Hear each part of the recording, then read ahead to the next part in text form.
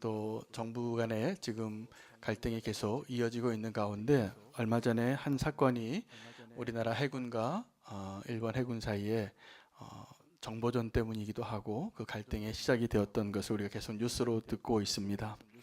우리나라 군함이 아주 인도주의적인 노력을 한 거죠. 북한의 난파된 어선을 구조하는 작업을 하고 있을 때 일본의 그냥 무장된 비행기는 아니지만 초계기가 저공 비행을 했습니다. 그리고 진실 공방이 시작이 되었습니다. 그래서 일본에서는 우리가 그 무장하지 않은 비행기를 향하여 우리 관개토 대항함에서 조준했다라는 것에 대해서 굉장히 불쾌하고 공식 사과를 요청했습니다. 우리나라 해군에서는 그런 적이 없고 또 일본의 초계기가 우리에게 너무나 가까이 근접했기 때문에 도리어 우리가 위협을 받았다라는 진실 공방이 계속되어지고 있습니다. 매일 그 뉴스를 듣고 있는데 저는 이 뉴스를 보면서 오늘 말씀의 제목을 찾았습니다. 이 일본과 우리나라의 그 해군의 지금 갈등의 주요 안건은 뭐냐면 요지는 우리나라 해군이 저 관개토 군함에서 저 일본의 초계기를 조준했었냐는 겁니다. 그래서 정말 조준했으면 우리에게는 무기가 있었고 그것을 발사하면 그들의 위협이 되는 건 맞습니다. 그런데 서로 평행선을 가고 있습니다. 우리는 그때 받았다고 하는 그 시그널을 우리에게 그 정보를 주라. 그러면 우리가 보낸 건지 확인이 되니까. 그런데 또 일본에서는 우리에게 관개토 대항함에서 갖고 있는 모든 주파수, 사용하는 주파수를 다 달라. 그럼 우리가 한번 맞춰보겠다. 이렇게 진실 공방을 하고 있습니다. 제가 보기에 서로 내놓을 정보가 아닌 것 같습니다. 그런데 안건은 이겁니다. 조준 사격을 하려고 했냐는 것이죠. 조준 사격. 서로 우리는 어떤 난파한 배를 도우려고 했고 일본은 또 그 공동 해역에서 정찰을 하고 있었기 때문에 서로 정당한 이유가 있지만 우리는 그 진실은 알 수 없지만 그 이 사안이 지금 계속 두 나라의 관계를 냉랭하게 하고 있는 이유는 조준했느냐 하는 것입니다. 근데 오늘 말씀에 보면 오늘 말씀이 하나님이 우리를 향하여 조준하고 있는 것에 대해서 주님이 말씀해 주시고 있기 때문에 오늘 이 말씀은 우리에게 하나님의 정확한 뜻이 이루어지는 것을 우리가 함께 발견하고 우리가 하나님 앞에 어떻게 반응하는 것이 하나님의 은혜를 정말 우리가 누리는 길인가를 함께 생각해보고 하나님의 말씀을 받으시기를 축복합니다. 하나님과 우리 사이에도 이 레이더 갈등이 있는 겁니다. 하나님 우리에게 정확하게 조준하셔서 주목하셔서 우리에게 말씀하십니다. 오늘도 제가 부족한 설교이지만 오늘 이 말씀을 묵상하고 이 말씀으로 오늘 이 자리에 있는 저를 포함한 우리는 교회 성도를 향한 하나님의 메시지가 분명히 있거든요. 그런데 우리는 그 메시지를 받고 이게 나를 향한 말씀인지 아니면 옆에 있는 김 집사님을 위한 말씀인지 그거를 우리가 헷갈리는 겁니다. 그리고 이게 나의 말씀으로 받아야 되는데 이 이야기는 저기 김 장로님이 좀 들으셔야 되는데 이렇게 생각을 하는 거예요. 그래서 우리가 하나님이 우리를 향하여서 말씀을 하고 계실 때 그것을 나에게 하시는 말씀으로 받고 아멘하거나 회개를 하거나 변하면 그것이 하나님의 뜻이 이루어지는 것이라 저는 믿습니다. 그런데 우리가 그것을 피해요. 제가 오늘 말씀 묵상하는데 우리가 그 하나님의 말씀을 받고 듣고 이해하고 은혜까지 받고도 그것을 피해가는데 엄청난 명수라는 아주 탁월한 재능을 하나님 주셨다는 것을 제가 알게 됐습니다. 저를 보니까 그래요. 이게 분명히 저를 향한 말씀인데 하나님이 이 말씀을 나에게 주시면서 나에게 하신 말씀을 제가 자꾸 성도에게 얘기하려고 하는 저의 모습을 발견했습니다. 그래서 제가 오늘 이 말씀을 준비하면서 하나님 오늘 이 말씀을 먼저 저에게 온전히 주십시오. 그리고 제가 받기로 했습니다. 그리고 받고 오늘 말씀을 전합니다. 오늘 하나님께서 저 여러분에게 정확하게 조준 사격하신 하나님을 만나시기를 바랍니다.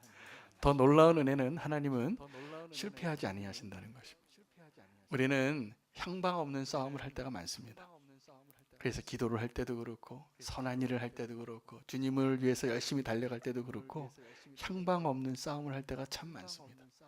그런데 제가 알고 있는 하나님 또 오늘 말씀에서 하나님의 의도와 계획을 전부 다 우리가 펼쳐놓고 보면 하나님은 정확하신 분이세요. 실수가 없으시고 더 나아가서 하나님 손해보지 않으십니다. 하나님께서 우리를 향한 하나님의 정확하신 뜻이 이루어지는 것을 믿고 아멘하고 하나님의 조준 사격을 우리가 함께 배워나갈 수 있기를 원합니다. 오늘 이야기는 포도원의 비유입니다. 포도원의 비유인데 한 사람이 포도원을 만들었습니다. 포도원을 만들고 주위에 울타리를 만들고 포도즙을 짜는 틀도 만들고 망대도 세우고 그리고 그냥 다 만들어 놓고 그 포도나무 농장에 포도원에 농부를 고용해요. 그리고 너희가 여기서 농사를 짓고 좋은 포도주를 만들어 다오. 그리고 그 포도원을 떠납니다. 타국에 갔다라고 이렇게 기록이 되어져 있습니다. 이 이야기는 무슨 이야기냐 하면 우리에게 주어주신 모든 여건들이 포도원과 울타리와 집을 짜는 틀과 망대와 무슨 기구와 모든 것들이 다 하나님이 만들어 놓으신 거예요. 그리고 우리 그곳에서 열심히 일하는 겁니다. 이게 우리의 인생을 이야기하는 건데 우리가 이 포도원에서 일하는 농부입니다. 무슨 얘기냐 하면요, 우리는 주인이 아니라 청지기입니다. 사실 하나님이 다 만들어 놓고 우리에게 와서 일하라라고 기회를 주신 거예요. 그래서 나의 인생도 나의 자녀도 나의 돈도 나의 부와 명예와 건강과 모든 것들이 하나님이 만들어 주시고 우리에게 한번 누려보아라 라고 말씀하신 그 포도원에 불과합니다. 그런데 안타까운 일이 일어나죠. 그 추수할 때가 됐는데 주인이 돌아왔습니다. 추수한 것을 기대하면서 포도주를 기대하면서 아주 상품의 포도주를 기대했는데 주지 않습니다. 그 포도주를 또 포도를 거두러 보낸 그 종들을 때리고 죽이고 돌로 쳤다라고 이렇게 기록이 되어져 있습니다. 그런데 그런 일을 당하고 주인이 그 다음에 하신 일은 그 주인이 한 일은 더 많은 종을 보낸 겁니다. 이 이야기는 이스라엘의 역사를 비유한 겁니다. 이스라엘의 역사 가운데 하나님께서 선지자를 언제 가장 많이 보내시냐 하면 여러분 우리가 읽고 있는 모든 선지서들이 대부분 그 선지자들이 언제 활동했냐 하면 북이스라엘이 망할 때, 남유다가 망할 때 많이 나왔습니다. 하나님께서 선지자를 계속 보낸 것이죠. 언제요? 바로 망하기 전에. 왜 그랬을까요? 망하지 말라고 합니다. 그리고 그 나라가 망하기 전에 하나님께서 기대하신 게 있었던 것이죠. 그런데 그들이 다 그 선지자들을 죽이고 때리고 돌로 쳤습니다. 그리고 나서 오늘 이 포도원 이야기에 나온 것처럼 마지막으로 보낸 게 자기 아들이고 예수 그리스도였습니다. 그런데 그 농부들이 왜 그렇게 주인을 배반했을까요? 그 이유는 자기가 주인이 되고 싶기 때문입니다. 오늘 이 이야기의 주제는 이겁니다. 우리에게 허락하신 그 포도원에서의 삶이, 우리의 인생이 여러분 나의 것이라고 생각하시는 분은 이제 오늘 이 말씀으로, 만약에 이 말씀을 하나님의 말씀으로 받으신다면 우리의 주인을 바꾸셔야 됩니다. 우리 인생의 주인이 내가 아니라 하나님이 되셔야 맞습니다. 그리고 하나님 우리에게 열매를 요구하실 때 기꺼이 기쁨으로 그 열매를 드릴 수 있는 은혜가 넘치길 원합니다. 배반이 일어났기 때문에 주인은 군대를 보냅니다. 심판이 시작이 되는 것이죠. 배반의 결과는 심판입니다. 그런데 여기에도 하나님의 은혜가 보입니다. 건축자들의 버린 돌이 새로운 건축을 하는데 그 건축을 하는 모퉁이 돌이 되었다라고 이렇게 기록이 되어져 있습니다. 이 코너스톤인데 모퉁이 돌은 어떤 것이냐면요, 우리 건축할 때 땅을 깊이 파서 건축을 하는데 그 별로 깊이 팔 필요가 없는 건축물에는 돌을 놓습니다. 그럼 그 코너스톤에 그 돌에서부터 다른 모든 지지대가 받쳐지고 이게 든든해야지 건축물이 흔들리지 않게 되는 겁니다. 그래서 어떤 건축법이든 이 코너스톤에 이 건축하는 이 모퉁이 돌이 그 건물을 지탱해주는 기초가 됩니다. 반석과 같은 것이죠. 그런데 건축자들이 버린 돌을 하나님은 그것을 가장 중요한 곳에 쓰신다라는 것입니다. 여기에는 우리가 그 돌을 버렸다는 의미가 포함이 되어 있고 하나님은 그 버린 돌을 주워다가 다시 건축하신다는 의미가 포함되어져 있는 이야기입니다. 제 딸이 이제 사춘기를 다 지나고 있는데 막내가 지금 사춘기를 지나고 있습니다. 근데 그 막내가 사춘기 때 사춘기인 걸 제가 알았던 그 대화가 어떤 거냐면 그렇게 얘기하더라고요. 아빠 내 방에서 좀 나가줘 이렇게 얘기하는 거예요. 어제 굉장히 당황했어요. 그 얘기를 듣고 어떻게 그런 적이 없었는데 갑자기 내 방에서 좀 나가달라는 요청을 받았습니다.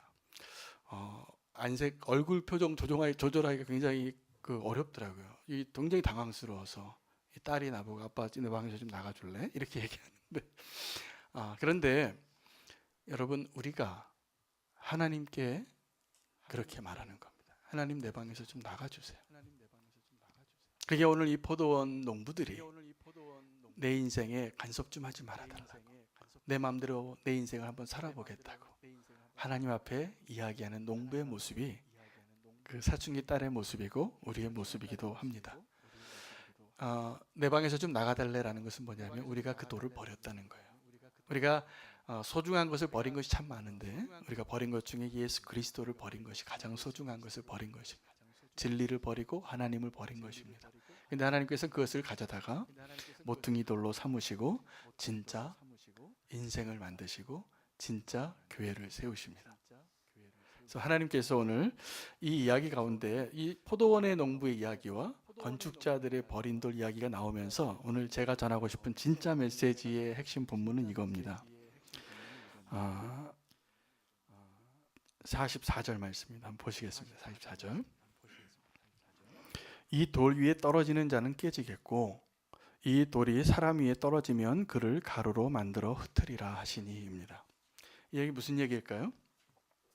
우리가 그 돌을 버렸는데 하나님께서는 그 돌을 모퉁이 돌로 삼으시고 새로운 건축을 하십니다. 진짜 건축자가 나타난 거죠. 근데 그 돌에 어떤 사람이든지 그 위에 떨어지면 부서지고 그 돌이 어떤 사람 위에 떨어지면 산산조각이 난다라는 것입니다. 여러분, 하나님께서 우리에게 주신 은혜를 오늘 누리려면 하나님과 부딪혀서 우리가 깨져야 할 것 같습니다. 오늘 정말 그 은혜가 여러분에게 있기를 축복합니다. 어떤 사람이 제 친구가 농담으로 제가 지나가다가 벽에 딱 부딪혔는데 아유 저 벽 안 깨졌냐고 이렇게 농담을 한 친구를 제가 우리가 많이 그런 농담을 하기도 하는데 여러분 이마하고 벽하고 부딪히면 뭐가 깨집니까? 네, 이마가 깨져야지 정상인데 제가 보니까 진짜 벽을 깨고 있어요. 우리가 얼마나 굳은 마음으로 하나님 앞에 피해 다니고 또 부딪히지 않으려고 하는지. 저는 말씀을 전할 때마다 기도 제목이 있습니다. 이 말씀을 통해서 성도님들이 이 예수님과 좀 부딪혔으면 좋겠어요. 정말입니다. 고통스럽지만 우리가 예수님과 부딪히는 경험은 내가 얼마나 연약한 자인지, 내가 얼마나 가망이 없는 자인지, 내가 얼마나 죄인인지, 내가 얼마나 부끄러운 자인지 사실은 드러낼 겁니다. 그것이 쉬운 일이 아니에요. 그래서 우리는 그 일을 다 피해가는데 지난 수십 년 동안의 인생을 통해서 그 피해가는 노하우를 우리가 너무나 잘 배워왔습니다. 마치 이런 것과 같습니다. 선교지에 가서 어떤 선교사님이 맨 처음에 그 문화에 새로운 문화에 부딪혔을 때 제일 먼저 해야 될 게 언어를 배우는 겁니다. 근데 그 언어를 배워야 하는데 그 언어를 배우지 않고 통역을 통해서 일하는 법을 배우고 그 일을 먼저 시작하면 그 선교사는 그 나라의 언어를 절대로 못 배웁니다. 왜냐하면 그 언어를 배우지 않고도 사는 방법을 터득했기 때문에 그렇습니다. 근데 선교사가 그 나라의 언어를 모르면 선교사로서의 첫걸음을 실패한 거예요. 우리가 하나님과 함께 그 길을 걸어가고 예수님과 함께 동행할 때 우리가 사실은 그 새로운 문화에 들어가서 예수님이라는 분을 알게 되고 하나님 나라에 대해서 적응하게 될 때 내가 깨어지고 그 언어를 새롭게 걸음마와 같이 배워야지 정상입니다. 그런데 통역을 통해서 일하는 법을 알게 되는 건 뭐냐면 나를 깨트리지 않고 주님과 걸어간다고 착각하는 것을 이미 터득한 사람이 되는 거예요. 이게 엄청난 불행입니다. 엄청난 불행입니다. 우리가 주님과 함께 살아갈 때, 신앙생활을 할 때 주님을 만났다면 정말 주님을 만나서 내가 깨어지고 거기에서 이전에 내 옛사람은 좀 버리고 새로운 피조물로 빚어져서 주님 안에서 새롭게 시작하는 걸음마를 시작해야지 정상이에요. 그런데 우리는 계속 예수님 만나고도 옛날에 내가 살던 방식을 그대로 고수하고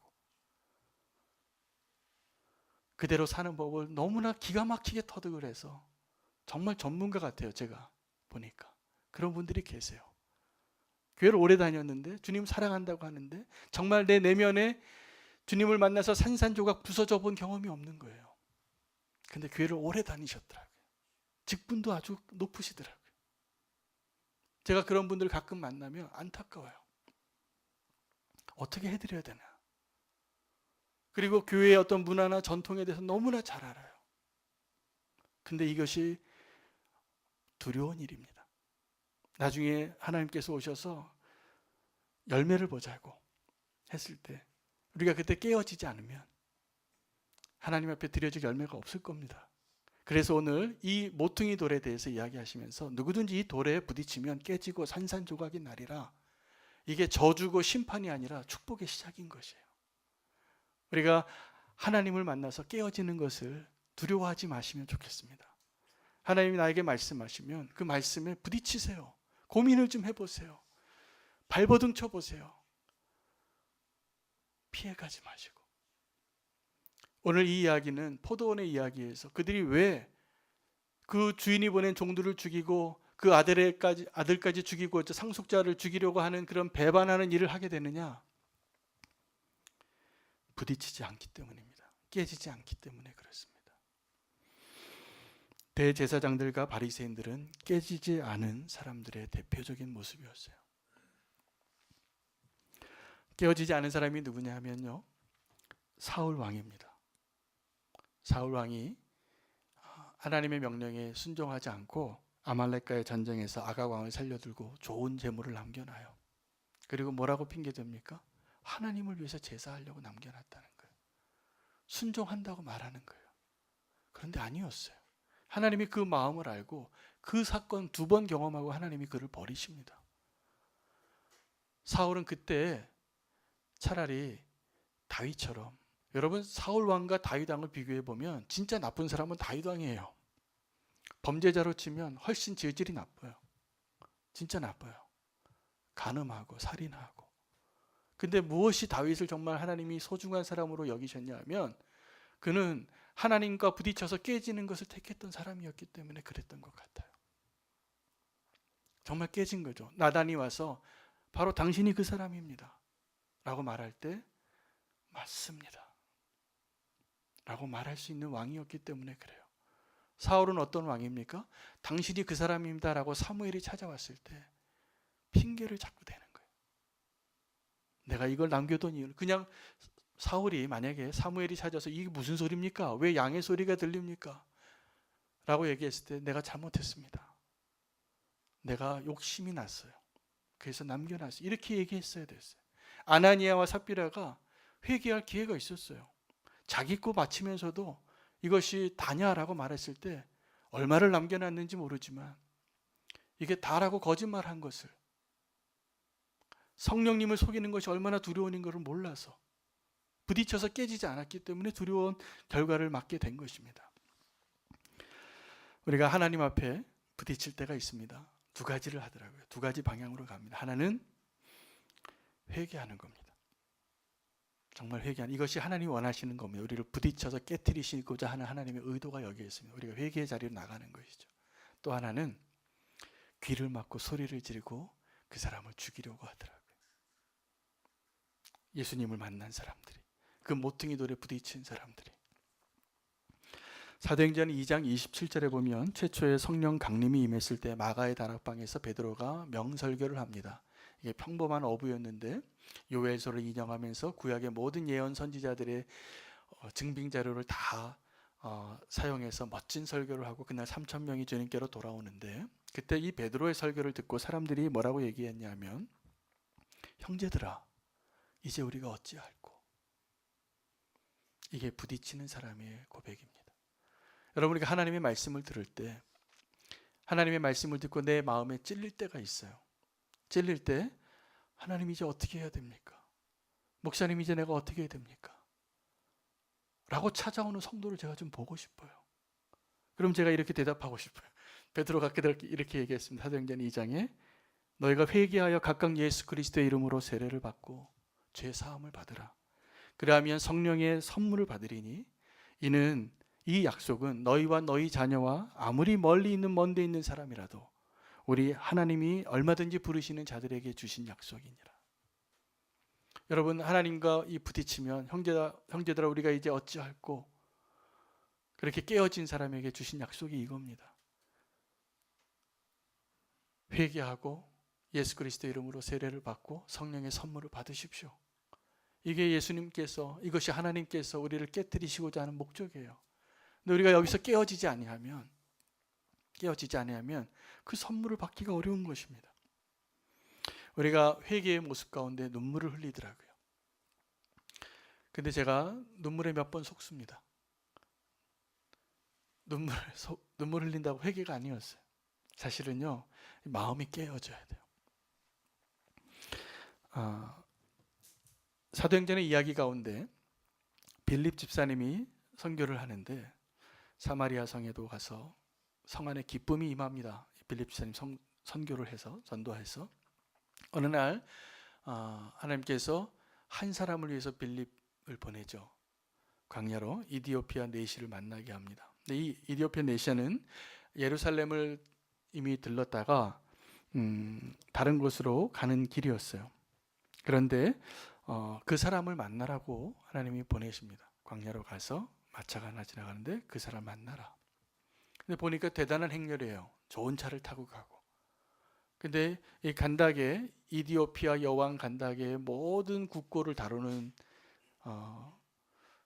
The First Man이 예루살렘에 와서 예배를 드리고 가는데, 정말 하나님을 사랑하는 사람이었는데, 경건하고 의로운 사람이었는데 예수님을 못 만나고 간 거예요. 예수님이 어떤 목적입니까? 그를 조준사격하신 거예요. 그래서 그에게 빌립을 붙여준 거죠. 그가 읽었던 본문은 이사야서 53장입니다. 53장 7절에 도살장으로 끌려가는 양과 같은 메시아죠. 털 깎는 자 앞에 있는 어린 양같이 그가 입을 열지 못하고 굴욕을 당했을 때 공정한 재판도 받지 못하고 그의 생명이 땅에서 빼앗김을 당하였더라라는 성경 구절을 읽고 있는데 빌립이 딱 만난 겁니다. 그리고 빌립이 물어봐요. 네가 지금 읽고 있는 것을 이해하느냐? 모르겠다. 이게 지금 이 말씀이 누구를 향한 말씀입니까? 이 내시가 빌립에게 물어요. 이게 나를 향한 겁니까? 타인을 향한 겁니까? 라는 이 질문, 놀라운 질문입니다. 형제들아 우리가 어찌할꼬에 버금가는 질문입니다. 여러분, 우리가 하나님 말씀을 들 때 이렇게 고백할 수 있어야 돼요. 영성일기에 그렇게 쓰셔야 돼요. 오늘 이 말씀이 나에게 하신 말씀입니까, 주님? 지금 이디오피아 내시는 간다게 여왕의 그 내시는 이 이사야서 말씀을 듣고요.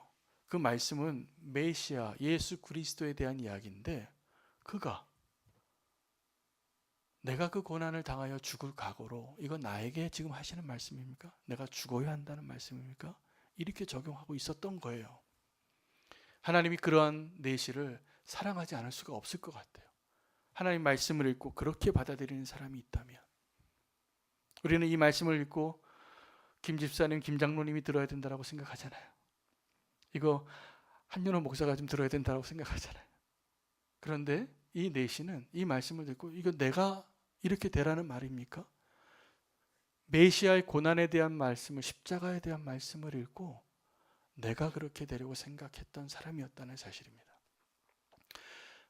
빌립이 그에게 가서 그 이야기에서부터 시작해서 예수 그리스도를 전합니다. 그리고 묻습니다.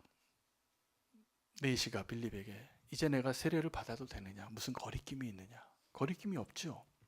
그래서 그가 당장 세례를 받고 하나님의 구원을 얻고, 그리고 갑자기 빌립이 사라집니다. 순간 이동을 해버립니다. 없어졌다 그래요. 그리고 어느 성내에 들어가서 나타났어요. 제가 아주 오래전에 한 선배님에게, 외국인이셨는데 선교사님이셨어요. 저를 포함해서 한국 사람에 대한 충고를 하시더라고요. 내가 한국 선교사님들 참 좋아하는데 왜 이렇게 한국 선교사님들은 상처를 잘 받냐는 거예요. 상처를. 그래서 제가 얘기를 잘 들어보니까 이해가 돼요. 우리나라, 제가 그렇게 교육을 받았기 때문이죠. 우리는 어떻게 교육을 받냐 하면 선생님이 말씀하시면 가만히 잘 듣고 잘 받아쓰고 시험 잘 치는 학생이 모범생입니다. 쓸데없는 질문하면 문제아가 돼요. 그것도 모르니? 라고 얘기하든지 아니면 어떻게 네가 선생님한테 이렇게 불손하게 태도를 갖고 있어? 이런 식으로 우리가 많이 배워왔습니다. 학교에서 대부분 한국 사람들이. 근데 외국에서는 토론 문화예요. 그래서 무슨 얘기든지 할 수 있어요. 무슨 얘기든지 할 수 있고 또 결론을 내릴 때 또 나랑 다른 의견을 갖고 있는 사람들도 인정해주고. 그런데 한국 문화가 그게 아닌 거예요. 그런 분들이 다 어른이 되고 선교사가 됐으니 선교사가 돼서도 그러한 이 태도가 우리에게 아주 익숙해져 있기 때문에 어떤 논쟁이 일어나면 자꾸 흥분을 하는 거예요. 한국 사람이. 왜 흥분을 하냐 하면 저 사람이 지금 내 의견에 대해서 반대를 했는데 나는 나를 공격하는 걸로 생각하는 거예요. 그래서 이분이 영어로 그때 저에게 했던 말을 제가 지금도 기억해요. Don't personalize yourself too much 이렇게 얘기해요. 지금 내가 한 얘기는 그냥 어떤 토론에 대한 결론에 대해서 얘기한 건데 자꾸 내가 나의 것으로 내가 집중 공격을 당하고 있고 내가 조준 사격을 당한 걸로 있는 걸로 여기지 마라. 근데 여러분 제가요 저를 포함해서 교회 안에서도 너무나 많은 경우에 지금 하나님의 말씀을 받고 또 우리가 어떤 사람과 서로 관계를 맺을 때 관계가 어려워지는 이유가 여기에 있습니다. 우리가 조준 사격을 받았다라고 생각을 하는 거죠.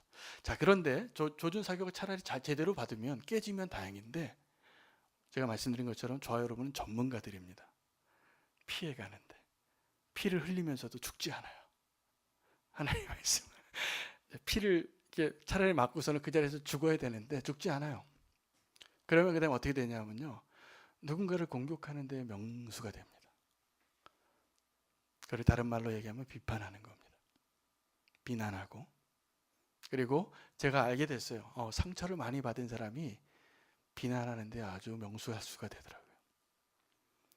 자, 오늘 이 말씀 드리고 싶은데 하나님은 우리에게 정조준해서 조준 사격을 하시는 목적이 있습니다.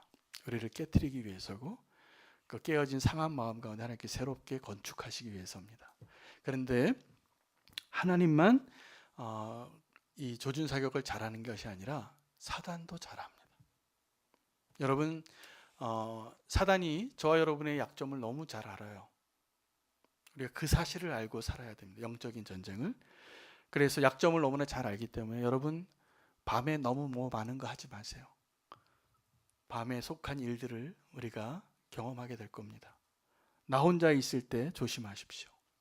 일이 잘 될 때 조심하십시오. 박수 받을 때 조심하십시오. 성과를 내었을 때 조심하십시오. 원수는 내가 무엇을 좋아하는지 압니다. 지금 제가 말씀드린 게 저와 여러분에게 한 사람도 예외 없이 우리의 약점이에요. 그 약점을 원수가 잘 알아서요. 우리를 쓰러뜨릴 때 언제 어디를 건드려야 될지를 너무나 잘 알아요.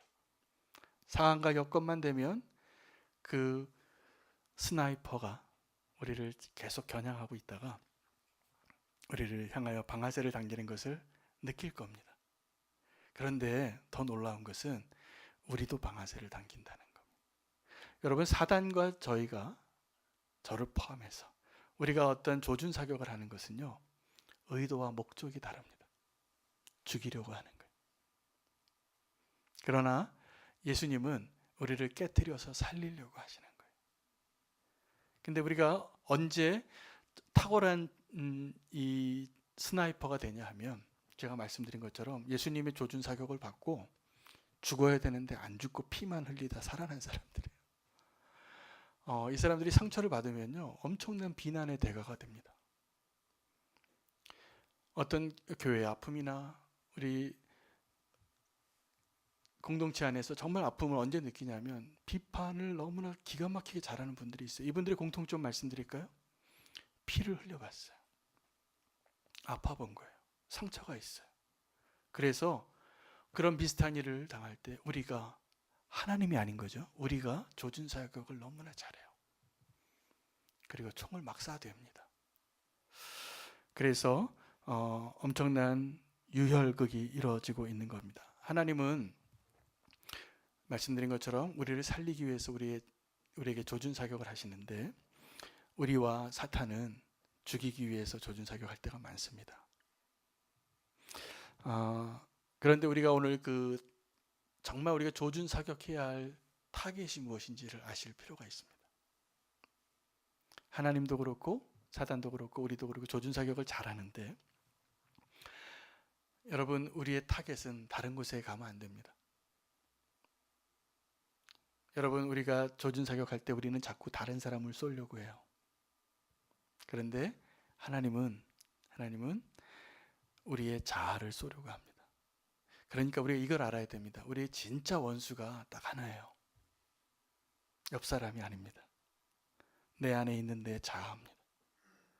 내 자아를 향하여 우리가 조준 사격할 수 있으면, 철저히 그것을 죽일 수 있다면 우리는 정말 하나님의 은혜로 누리며 날마다 기쁨으로 살아가는 것을 경험할 거라고 제가 확신해요.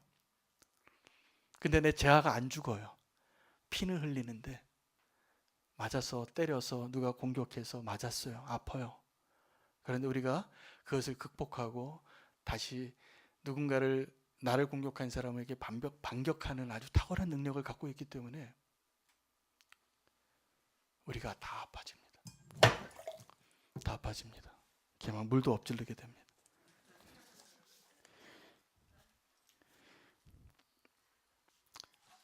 하나님 안에서 우연이라는 것이 없습니다. 괜찮습니다. 네. 하나님 안에서 우연이 없습니다. 하나님이 조준 사격하실 때는 그냥 맞으세요. 피해가려고 하지 마세요. 어느 정도로 정확하시냐 하면, 여러분 아합 왕이 마음이 연약한 사람이었습니다. 그가 그 아내 때문에 나쁜 사람이 된 거예요. 그는 그냥 마음이 좀 연약한 사람이었는데 아내가 하자는 대로 하다 보니까 그 나봇의 포도원을 뺏을 때도 그렇고, 그냥 사실은 그 왕이 그 자기 집 앞에 있는 포도원 하나 뺏는 것도 손이 떨려서 못하던 사람이에요. 한숨 쉬고. 그런데 한숨 쉬고 못하는데 이세벨이 처리해 줍니다. 왕이시여 내게 맡겨주십시오. 그리고 그 나봇을 초청해서 높여줬다가 그를 죽이는 거죠. 그가 왕을 이렇게 대적했다. 거짓말로, 거짓 증인을 세우고, 그리고 그를 죽이고 포도원을 뺏는 여자예요. 엄청 나쁜 짓을 많이 했습니다. 아합 왕이. 근데 이 아합 왕의 모습은 우리랑 비슷해요. 사실은 그가 하나님 앞에 겸비할 때는 또 엄청 회개를 잘해요. 그래서 하나님께서 이 아합을 또 다시 살려줍니다. 긍휼함으로. 근데 이 아합의 마지막이 그렇게 행복하지 않았습니다. 아시는 것처럼 길랏 라못으로 전쟁을 나가는데 이스라엘의 왕 여호사밧과 함께 나가죠. 우리 저 길랏 라못을 칩시다. 그런데 그때 거짓 선지자가 이길 거라고 그렇게 예언을 했기 때문에 나가면서도 그때 선지자 미가야 선지자가 했던 말이 기억이 나서 두려움이 있는 거예요. 그래서 자기가 왕의 옷을 벗습니다. 왕의 옷을 벗고 여호사밧만 왕의 옷을 입고 두 왕이 같이 나가는 건데 자기는 평민 2등병 같이 하고 나간 거죠. 근데 성경이 뭐라고 기록이 되어 있냐면, 무심코 어떤 사람이 쏜 화살이 날아왔는데 이 아합 왕의 이 갑옷에 여러 가지 이제 화살을 막으려고 두꺼운 철로 이렇게 다 깃털과 같이 이렇게 갑옷을 만들었는데 그 갑옷 사이를 뚫고 들어와서 죽은 거예요. 여러분 이게 우연입니까? 하나님의 조준 사격이 탁월한 겁니까? 네? 우연입니까? 우리는 이걸 우연이라고 말할 수 없어요. 그렇다면 성경이 이걸 기록하지 않았을 거예요. 하나님이 조준 사격을 하시면 어떤 사람이 무심코 하늘에 대고 날린 그 화살이 날아와서 내 갑옷 사이를 뚫고 들어올 수 있다는 걸 기억하셔야 돼요. 근데 하나님께서 지금도 제가 보기에는 그렇게 그 화살을 날리는데 우리가 어느 정도 그 고수냐 하면 그걸 피해요. 그걸. 제가 어떤 그 케냐의 선교사님이 오셔서 저에게 선물을 하나 줬어요. 십자가인데 까만 나무로 만든 십자가입니다. 이게 흑단목이랍니다. 그 나라에서만 나오는 나무인가 봐요. 근데 굉장히 단단한 나무예요. 그래서 저한테 선물을 주면서 설명하기를, 목사님, 이 십자가는 돌보다 더 딱딱한 나무로 만든 거예요. 그런데 그래서 이걸 가공하기가 굉장히 힘들답니다. 거의 돌을 깎듯이 해야 된대요. 그런 십자가가 있어요. 저는 그때 알았습니다. 나무가 돌보다 딱딱해질 수 있다는 것을. 근데 하나님께서 저 여러분에게 조준 사격을 하는데 깨어줘야 할 마음이 너무 딱딱해서 돌이 와도 안 깨질 정도로 딱딱한 사람들이 계시더라고요. 완악해요. 근데 그게 그 사람이 보호하는 것 같은데, 살아내는 것 같은데 너무나 불행한 일입니다. 사실은 깨워줘야지 사는 거예요. 깨워줘야지. 하나님께서 우리에게 말씀하실 때 우리는 다 그릇되어서 자기 길을 못 찾는 아주 미련한 양하고 비슷합니다.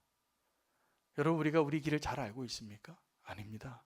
주님이 인도해 주셔야 겨우 길을 찾고 잃었던 길에 다시 제 길로 돌아오고 진리로 돌아오고 하나님의 음성을 듣고 찾아가는 양과 같은 것이죠. 그런데 우리는 하나님의 그 조준 사격을 피하는데 너무나 명수라는 것이죠. 그래서 그것을 오늘 제가 다시 한번 말씀드리고 싶은 것은, 오늘 이 포도원 비유의 이야기에서 왜 그들이 그렇게 반역을 했는지, 그리고 예수님께서 그 포도원 비유의 결론으로 하신 이야기가 이게 오늘 우리에게 주신 메시지예요.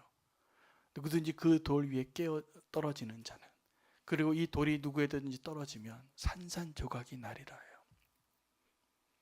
우리가 지금까지 용케 피해왔다면 오늘 이 자리에서 더 이상 피해가지 마시기를 축복합니다. 그리고 주님께서 우리에게 말씀하신 것이 있다면 우리가 그 예수님의 말씀에 그 모퉁이 돌에 부딪혀서 깨어지는 것이 살 길입니다. 오늘 이 말씀이 무슨 얘기예요? 깨지라는 얘기예요. 깨지라는 얘기예요. 오늘 새벽 기도 말씀이 저에게 오늘 너무나 저에게 은혜가 됐습니다. 예수님께서 너희는 나를 누구라 하느냐? 라고 이 질문을 하시기 전에 먼저 예수님께서 범위를 좁혀요. 하나님의 때가 돼서 이제 예수님께서 이 십자가의 비밀을 말씀해 주시려고 제자들에게 이 정답을, 범위를 좁히시는데, 맨 처음에 사람들은 나를 누구라 하느냐라고 묻습니다. 엘리야라고도 말하고 선지자라고도 말해요. 그런데 예수님이 그러면 너희는 나를 누구라 하느냐? 베드로가 정답을 얘기하죠. 정답을 얘기하는데 주는 그리스도시요 이렇게 살아계신 하나님의 아들이십니다 얘기해요. 예수님이 누군지를 말한 거죠. 그런데 예수님이 십자가를 이야기하니까 원수가 됩니다. 이게 우리의 모습이에요. 자, 우리가 예수님 믿는다고 하면서 예수님의 조준 사격을 우리가 잘 이해해서 예수님께서 말씀하시는 이 말씀의 핵심이 어디에 부딪혀야 되냐면 우리 자아에 부딪혀야 돼요. 진짜 원수가 다른 데 있지 않습니다. 안 그러면 우리가 하나님의 일을 생각하지 아니하고 사람의 일을 생각하는 자로 되어질 것입니다. 저는 오늘도 이 말씀을 통해서 저에게 하나님이 하신 말씀이 너무나 분명했습니다. 하나님이 나를 향하여 조준 사격을 하시는 것을 내가 받고 깨어진 마음으로 말씀을 전해야 하더라고요. 그리고 오늘도 제가 그런 마음으로 전합니다. 정말 축복이 있다면 여러분 산산조각이 좀 나시면 좋겠어요. 주님 앞에서. 그래서 이전의 나의 모습 어떠하든지, 너무 부끄럽든지 너무나 자랑할 것이 많든지 상관없습니다. 주님 안에서 그 자아를 깨뜨리십시오. 진짜 원수가 그거예요. 누구든지 나를 부인하고 자기 십자가를 지고 나를 따르라 라고 말한 것은 예수님의 진정한 제자가 되는 길은 이 자아와 함께 할 수 없는 거예요. 그것이 깨져야 합니다. 그래서 하나님이 조준 사격하는 타겟은 단 하나예요. 자아입니다. 자, 내 자아를 주님께서 지금도 계속 오늘도 그렇게 조준하고 계세요. 그 자아가 깨어져서 하나님의 은혜로 내 안에 이제 내가 없고 그리스도만 드러나는 삶이 되시기를 축복합니다. 기도하겠습니다. 주님, 오늘 말씀 주셔서 감사합니다. 이 말씀이 우리를 향하여 날아오는 화살이 되어서 주님, 내 안에 정말 깨어져야 할 그 자아가 깨어지고 십자가를 경험하고 주님 앞에 설 수 있는 저희들 되게 하여 주시옵소서.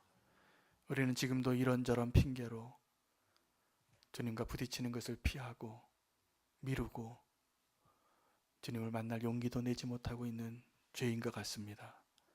주님, 오늘 우리를 만나 주시고 오늘 기도의 자리에서 주님 앞에 더 나아갈 수 있도록 우리를 인도하여 주시옵소서. 내 안에 있는 자아를 깨트려 주시옵소서. 주님만을 의지하기 원하옵고 예수님의 이름으로 기도합니다.